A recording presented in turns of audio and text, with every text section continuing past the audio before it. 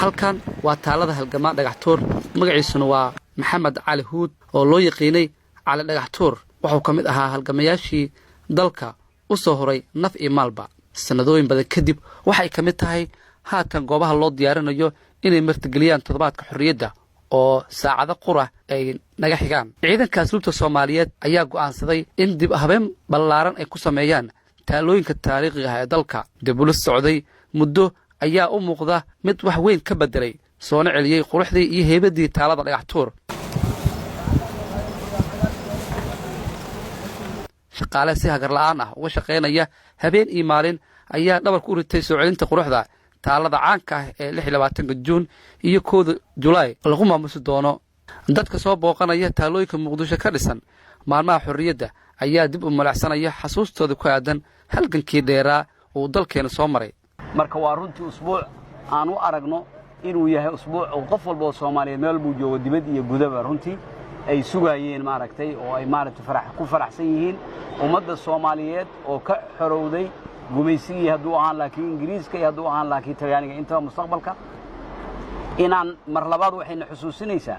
burburkii nagu dhacay Soomaaliya haddaan nahay laftigeeda kadib in ay runtii ay shucuurka qofka Soomaaliga meel buu joogo oo maanta ay xusuus ay ku reebayso maalmaha maaragtay wiigaas usbuucaas 26 Juun ka bilowda ilaa iyo 1 July oo maalintii ay labada gobol ee Soomaaliyeed ay midoobeen wallahi badana taariikhda anaga aan ku soo qaadanay iskuulada iyo taariikhda sometimes secondary waa lagu dhigaa Soomaaliga waa haliyay Soomaaliyeed wax badan u soo qabtay wadanka haddana waan u jeedinaa xaruntii meeshii oo asiga loo asteeyay oo hawl badan ee qurux badan ay ka socoto marka waxaan rajaynayaa insha Allah dad badan haliyay badan oo sidii dhagaxtuur oo kale inay soo baxaan ayaan rajaynayaa insha Allah xilligaas waxa waaye dhibaato ma jirin qabiil ma jirin qori ma jirin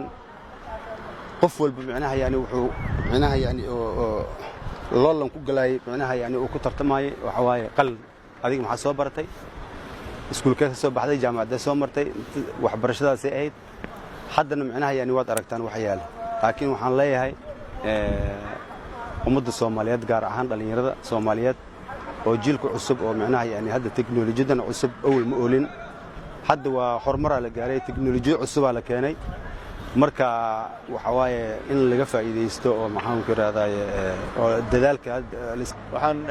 ilaahay ka baryeynaa ummadda inuu dhibaatada ka qaado 26 kan iyo tan dambeba in Soomaaliya guul iyo barbaar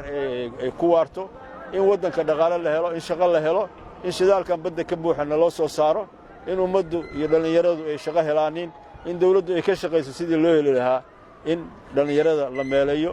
in abaaraha lala dagaalamo in qaxootiga la soo celiyo in wax qabad la taaban karo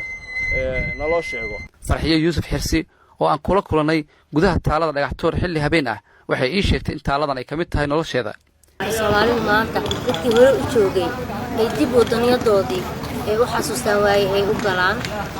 aniga qaasatan meeshaan xasuus gooni ay leedahay ana ubax kacaana waxaan madaxda la dhigi jiray xuska maalmaha waxa la dhigi jiray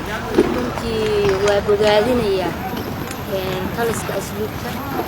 hogaaminaya Generaal Bashir iyo dhalinyarada aan har iyo habeenba u kala hoyanay sidoo kale Marwa Farxiyo waxay dadka Soomaaliyeed ugu baaqday in ay ilaaliyaan taariikhdooda kana qayb qaataan dib u dhiska dalkooda maanta waxay tusaysaa in ay dib u soo noqotay xusuustii Soomaaliya waxay astaanta ku lahayd talooyinka mid walba macna u taagay xawtaak wuxuu taagan tahay hooyisi muxuu ahaa cali dhagaxtuur baan u dhigtay dhagaxtuur wuxuu u taagan yahay xurnimadii Soomaaliya qaabka ay soo qaateen أحمد كوري أقوياء أبوها الجماعة واليقان الصوماليين سيد سيدو كله كميد والبا معنا قارنا وحا يكبد دليسا نبضي أولا على مضي نبضي ثانيا كيغو مرة تنصد حالنا كسونا على شيء بشذينا أحي يدول كتب كسونا لاني يعني يرجعنا بدوان سيدو horay waxaa habeen ballaaran loogu sameeyay taalada ururka Israel oo haatan qayb ka ah goobaha nasashada loogu tago si lamid ah taalooyinka xawtaako iyo dhagaxtuur ayaa waxa dib u dhiskoodu haatan u maraya heer gabagaba ah waxaana qayb ka qaadan doonaan bilicda magaalada Muqdisho iyo in dadka ay dalxiis u yimaadaan iyagoo dib u milacsanaya taariikhdii halgamayaashii Soomaaliyeed. Cabduqaadir Shacab, warbaahinta qaranka,